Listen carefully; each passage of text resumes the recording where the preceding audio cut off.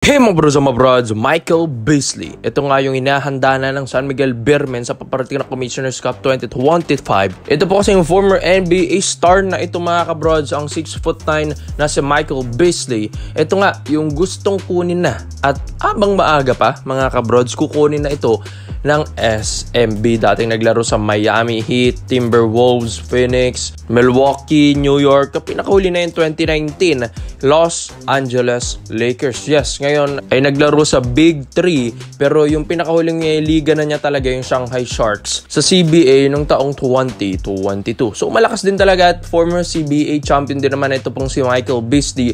Ito mga kabrods, 36 years old na. Ito nga yung gustong kunin ng SMB. Sabihin nila 36, matanda na mga kabrods. Si Justin Brown 36 lang din naman yun. And yung galawan din na ito ni Michael Beasley hindi pa rin nawawala. Sabi nga nila, napaka-hype na player ito, maganda at grabe, ini-entertain niya yung mga fans. Gustong-gusto nga ito ng Big 3 Tapos former MVP pa ng CBA rin noong 2016. So ito, sa dami-dami kasing gustong kunin ng SMB as their import sa Commissioner's Cup. Syempre pag Commissioners, yung height limit natin yan mga 6'11 pababa or pwede na mga 6'10 pababa rin. Itong si Michael Beasley pasok na pasok 6'9". Pero ang lagi kasing kinukuha ng SMB yung malalaki na pang ilalim lang. Ito po kasing si Michael Beasley forward at pwede mo ito maging shooting guard mga brods. Maganda yung stroke nito, yung tira nito mga kabrods.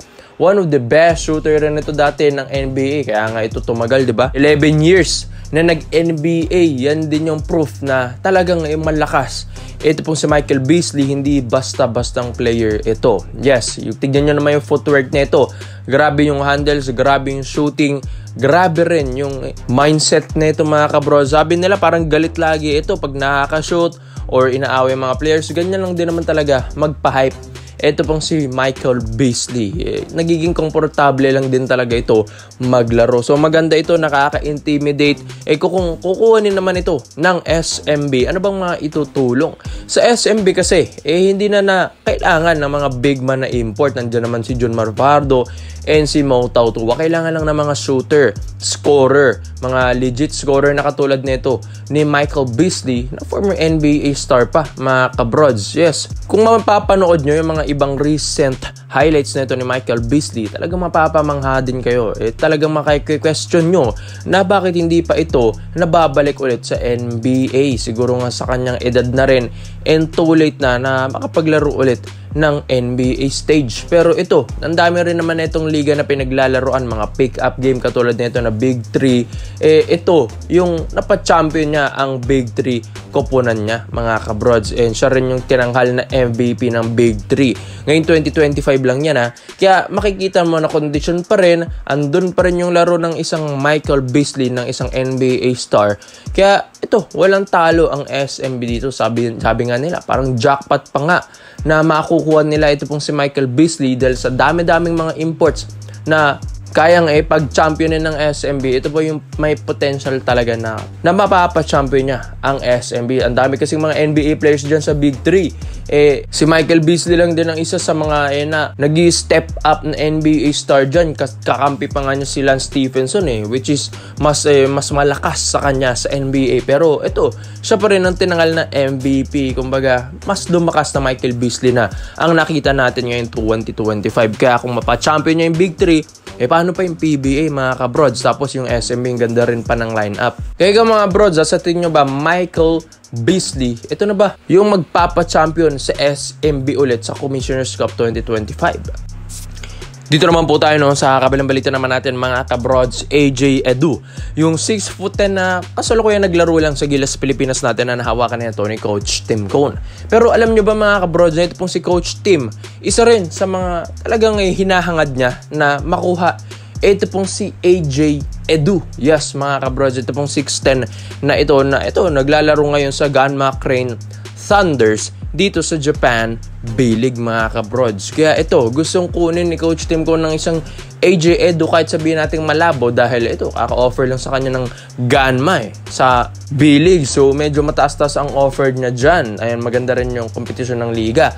Pero gustong offeran din naman ng malaki ng Ginebra eto pong si AJ Edu dahil naghahanap na ang Barangay Nebra San Miguel mga kabros ng mga future bigs nila dahil nakikita nga daw nila kasi kay Japet Aguilar na hindi na masyadong prime ito ni Japet. Although okay naman, nagiging scorer naman si Japet sa mga ibang season na dumaan sa Barangay Nebra, pero iba pa rin daw yung meron kang future big man sa iyong kupunan. Kaya ito, gustong offeran at pag natapos naman yung kontrata nito ni AJ Edu dyan sa Japan B-League, o offeran ng malaki ng Ginebra ito. Nagawa na ito dati ng Ginebra nung na-offeran nila ng malaki. Ito pong si RJ Abarientos na nagpa-draft sa PBA at ito nakuha ng Barangay Ginebra San Miguel. So, ito, ganyan din. Nasa Japan B-League din si RJ noon or KBL. Tapos ito pong si AJ Edu, nasa Japan B-League. So, gusto rin kunin ito ng Ginebra at offeran ng malaki. Dahil kakaiba rin at talagang yung nahawakan nito ni Coach Tim Cone ngayong Gilas Pilipinas na nakalaban yung mga Taipei, New Zealand, Iraq, Australia. Itong si AJ Edu talaga yung nag-step up na big man nila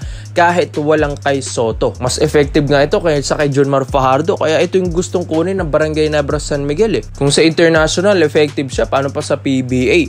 So, hindi lang naman si AJ Edu isa sa mga minamata ng Ginebra.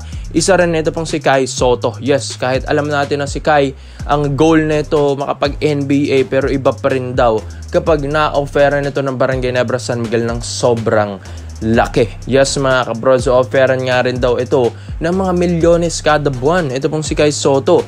Yes, ito kasi ngayon kasolo ko yung naglalaro sa Koshigaya Alpas, nag-re-recover sa kanyang injury mga kabrods, at sabi nga nila medyo tumataba na ang isang Kai Soto, mas lumalapad ng isang Kai Soto. Sino ba naman ang hindi gustong offer ng malaki? Ito pong si Kai, yung 7'3" natin na big man sa Gilas Pilipinas ay gustong kunin ng Ginebra. Alam natin na medyo malabot talaga mga kabrods dahil PBA hindi ito pa yung talagang focus ng isang Kai Soto. Mataas na liga ang gusto nito. Pero sa ilang beses na rin kasing nahawakan ni Coach Tim Cone ito pong si Kai Soto, napapamangha na lang din ito. Mas effective ka na Junmar, mas malakas kay AJ Edu. So itong dalawang big man na ito yung gustong kunin or pagpipilian nila kung sino sa dalawang bigs na ito yung kukunin nila. Ito pong kasing si Kai Soto, ito yung pinaka future big man natin. Pero yun, 23 years old lang. Ang dami pa nitong years na mai-improve dito sa international stage, sa Japan,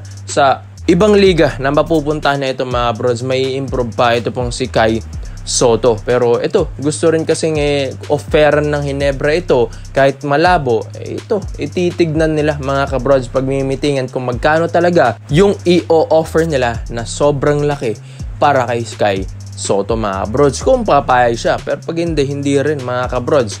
So ito, AJ Edu or Kai Soto, ito yung mga pinagpipili ang big man ng Barangay Nebra San Miguel and ni Coach Tim Cone. Medyo mahirap yung Kai Soto, pero yung kay AJ Edu, baka ito, mahilot pa nila. Kaya komento mo lang ang opinion mo dito mga bros. Isa-isa natin yan. Salamat po sa panonood mga bros. This is Kings Basketball. Yun lang. I'm out.